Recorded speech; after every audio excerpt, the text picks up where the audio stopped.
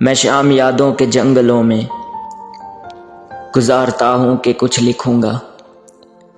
ये शहर सारा तो सो चुका है, मैं जागता हूँ कि कुछ लिखूंगा। बहार रुत के वो ख्वाब सारे जो मेरी पलकों पे आ सजे थे, वो ख्वाब आंखों में जल रहे हैं। मैं जल रहा हूँ कि कुछ लिखूंगा। मैं पिछले मौसम की बारिशों को फिर अपनी आंखों में ला रहा हूँ कि अब के सावन की रुत में मैं भी ये सोचता हूँ कि कुछ लिखूंगा। अजीब रुत है जुदाइयों की, अजाब दिन है अजाब रातें। मैं चंद महमल से लफ्ज लिख कर ये सोचता हूँ कि कुछ लिखूंगा।